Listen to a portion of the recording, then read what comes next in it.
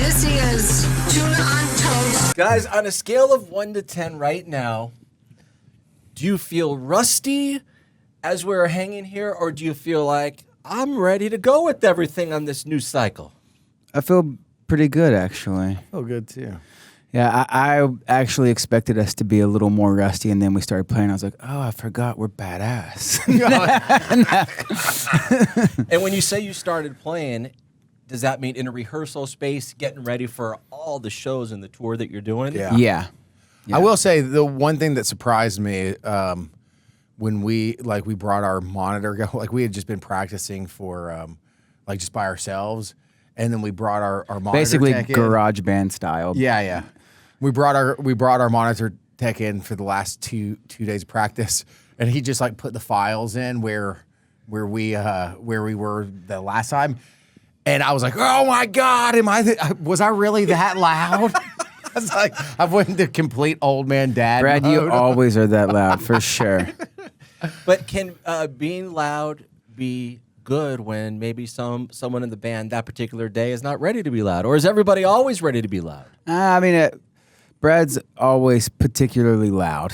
I did consider putting earplugs in though for this time, but I kept myself from it. You're like, I'm still going to damage my ears no matter what anyone says. I still haven't been damaged yet. Yeah. Good. Yeah. I know mine are damaged. I think mine. I have so much maybe backup earwax there, Oh, so it's God. like a natural protection. earplug. Oh, When you're in God, the hotel, that's so and gross. this part of the interview will probably be on 60 Minutes, do you use the Q-tips in the hotel, and is that the only time you use them in your life? No, You're never supposed to use Q-tips, right? You just Correct. shove it down in your ears more and more or something like that? Yes. Yeah, I go more old school. I just twist a piece of toilet paper up and use that. I go real old school and just have my wife stick her finger in my ear. with the fingernail Yeah. there. Does she ever do your blackheads on your nose as well? She would love to, but I won't let her. It's too much pain. So Can we discuss music? yeah, let's do that. Holy, I'm going to say mackerel again. When I first heard Neon Pill, first time through, I wasn't paying attention to the content. I just love the music, and I like saying something, Neon Pill. And then, of course, I absorbed the lyrics. And was it done on purpose to kind of tell a story, what's been happening on your life, and then you don't have to sit down and do 60-minute, 50 different interviews? Like, here's kind of a story? No, honestly, a lot of what was going on at the time, because it was a medical crisis, I was unaware. So I think subconsciously I was working out a lot of things that later on would be very apparent to me. But at the time, it was just what was coming out. So.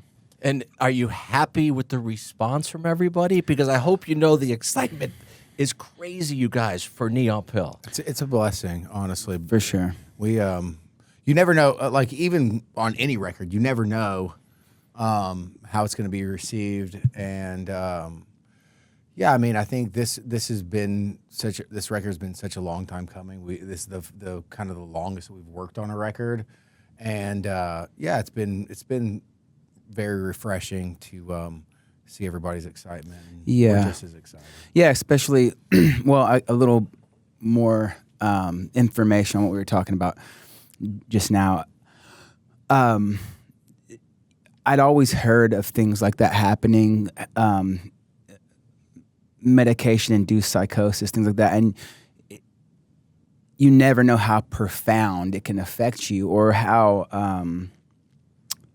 what's the word? I mean, it How deep can it hit? Yeah, 100%. It completely changed me, and it's a miracle to be back from that, and to have that perspective. I think looking back on it, it's very easy to look at people in those situations and not necessarily be judgmental from like a negative place, but just have judgments about it. And now it's totally changed my perspective. And to be able to come back from that and be in a good place, I mean, it's a freaking miracle. So Well, we're glad you're here mentally, physically, creatively. I mean, we've been, all of us, those watching and listening, I mean, I've loved you guys since like 2007, 2008. Is that when the debut came out? 2008 or so? Yeah. I think so, yeah. Oh, wow. Wow. Thank you for sharing that, by the way. Oh, you're welcome. As we sit here today, the full-length album is not out, but there is another song that has just caught my attention. I've listened to over and over and over again, Out Loud. Oh, yeah. Out Okay, Loud's now great. this feels It's like, fun. and again, this is my perspective. You don't have to say if I'm right. This feels like it kind of encompasses maybe your world over the last 3 years. It's done beautifully. Thank you. It was inspired by a story my father had told me. He had gotten in a big dispute with his father and had one of those almost like cinematic pinnacle moments where like, I'll never talk to you again, and moved to Florida and didn't speak to his father for a very long time. Obviously began to miss him and feel terrible for the fight that they had gotten in. And he wrote a song to his father to make amends, and then drove back to Kentucky and played it for him. And I was really moved by that story, and so I wrote the song based on that. But again, there were a lot of things that were going on in my life that I don't think I was ready to deal with in the moment, but subconsciously was working it out and with other people's stories. So, Brad, musically on Neon Pill on the full-length album, the album, as you said, it's been the most time between you put out albums. Did you make it in a different way or same as the past? I think the entire record was a little different just because we we kind of jumped around from studio to studio and then just, would add things in bits and pieces. And then sometimes we would add a whole bunch of stuff and then go into the studio and like tear it all down. it was more about finding what worked from what we had put in the track than it was like building more. And sometimes, like you said, we were putting more and more things on tracks, but it was really just trying to find the album's voice. I mean, you can write songs, and a great song's a great song, but there is something to be said about finding an album's personality. So I think a lot of the time was spent trying to find the personality of the record. It's really funny because like the last session that we did, we were in the studio in the middle of the desert in Texas, and I was just we were kind of in that spot, a pivotal spot where you almost start to be like, I don't know, do we have it still, and so then we went back to the studio and we were finishing everything, and like I started to see like it take shape or whatever, and then like the last night I was everybody was asleep. It was like 12:30 or 1 in the morning, and I was in the control room sitting at the desk. I had a glass of wine, and I was like listening to the record, crying. I was like, "We did it!" And then I thought I was all by myself, and then all of a sudden Nick walks in. He's like, "You okay, buddy?" And I was like, hilarious. I was like, "Huh?" And then That's so funny because I was just about to talk about how we had these dirt bikes, and I'd get on the dirt bike and be like, I'm going to go take a ride, and just drive off and start crying immediately. it's good to be back. So that night, so then Nick comes in the studio. Yeah. He's like, "You okay, buddy?" I was like, we made a record. We got it done. And then I was like, by the grace of God. And he was like, dry it up, you little bitch. No. So then we restarted the record, me and Nick, and started listening from top to bottom again, and we both were like, we were both crying. That's hilarious. Wait, so were you crying? I want to understand this fully. That you completed it, or was it the quality of the songs? I think it was just the journey that we had went through, and that God brought us through the hardest times of our lives. Yes. And as a band. And something beautiful came out of it. Yeah, and something beautiful came out of it. Yep. Are you ready to be on stage and be that frontman dude that you are? I think so. I don't. Yeah, it's one of those things that that's always with you, that you're like always craving for. So I might even be in one of those positions where I have to like reserve myself a little bit so that I don't and also full on, but yeah. We also decided that I'm going to sing half of the songs. Yeah. Oh, is this an exclusive? Yeah, but without a mic. Right. We're really excited because we'll be performing every song to track. Guest audience member who wants to sing the next one, please? Exactly. Come on up here. It's karaoke. Yeah. Oh my gosh, can you imagine? Were you guys listening to a ton of music leading up to the writing of the songs, or were you pretty checked out of most of the arts? Honestly, I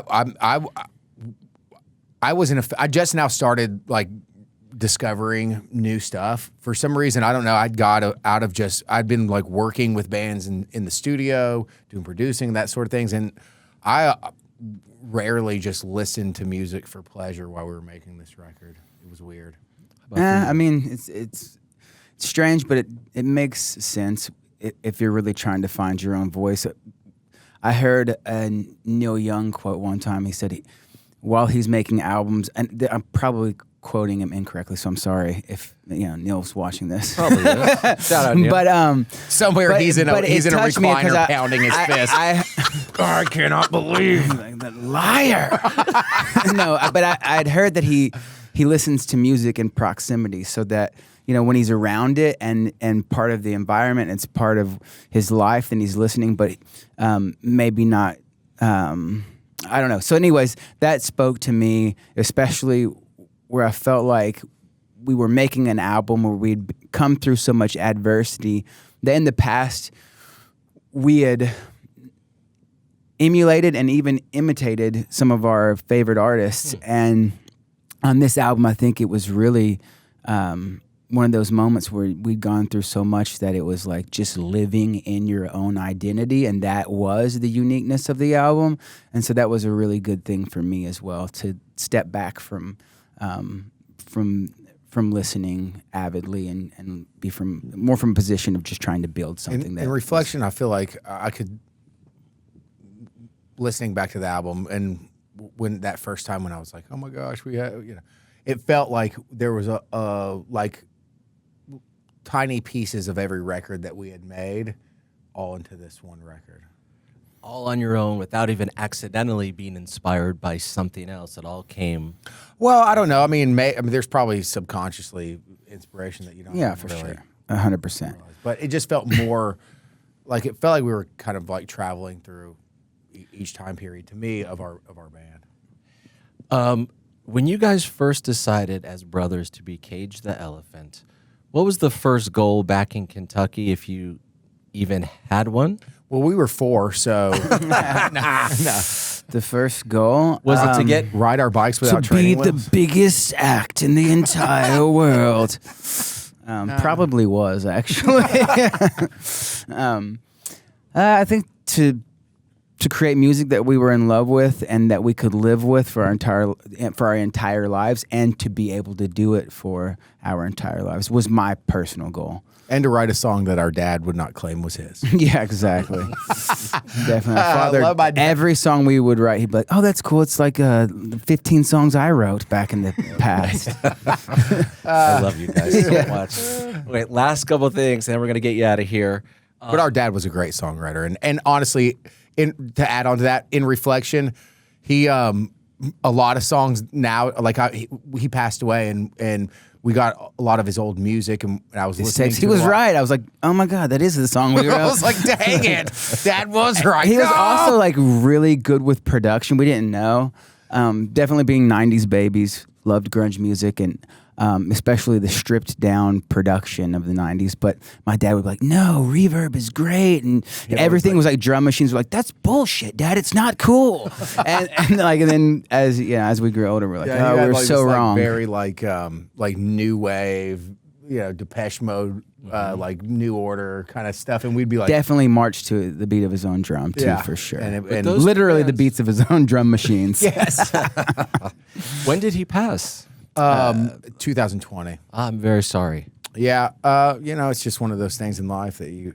Got to face. Yeah. So. Yeah, it's tough. Yeah, it's tough. Yeah. Well, guys, I want to thank you for the relationship over so many years. I cheer you guys on Sam, thank you. every single day. Congratulations on the new album. The songs are amazing. We didn't mention Rainbow. We're out of time. I love that one as well. Where does that rank? That's my highlight. For Oh, it sure. is? Yeah, Well, tell me about 100%. Rainbow then. Rainbow, it was one of those songs that was pretty immediate. You got to love when that happens too. And, it's a song about exuberant love. So it's pretty simple, but it's definitely one of the more catchy songs. And so I was really excited about it. There's always there's a moment with a few like different songs throughout our like different records, and there's always certain moments that match up on certain songs. Like Cigarette Daydreams, Matt called me, and him and my buddy Billy Swayze were singing it, and we're like, cigarette, and I was like, that's the song. Trouble, he Definitely did that. had the same and type Rainbow of had he called me up, and I was like, I was like, I think this is the one. I'm pretty sure. So Rainbow, more information. When you listen to the album, you're going to hear these words, and know what the hell make it your own means. judgments. Yes, He's there you full go. of shit. I hate that song. Nah. And when you see Cage the Elephant live, of course, everybody knows it's Hall of Fame status. Thank you so much for hanging out with me, guys, and I will see you soon. Thank you. Thanks for watching. Hope you enjoyed. Now hit that subscribe button. And for more Tuna on Toast, listen wherever you get your podcasts.